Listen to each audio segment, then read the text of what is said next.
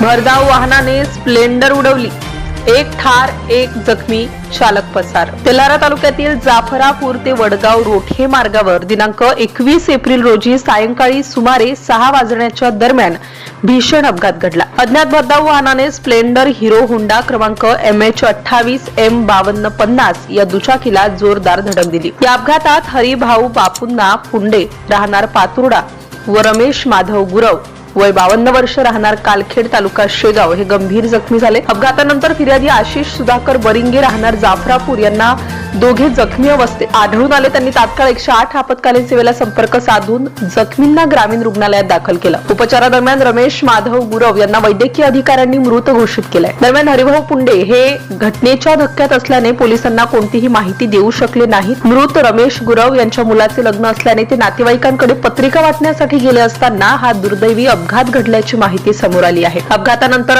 संबंधित अज्ञात वाहन चालक घटनास्थळावरून फरार झालाय. या प्रकरणी अज्ञात आरोपी विरुद्ध भारतीय न्याय संहिता कलम 106(1), 125 व 184 अन्वये गुन्हा दाखल करण्यात आला असून पुढील तपास ठाणेदार यांच्या मार्गदर्शनाखाली हेड कॉन्स्टेबल प्रशांत बानेरकर व शिवा गावंडे करीत आहेत. DCN न्यूज करिता संपादक सागर खराटे.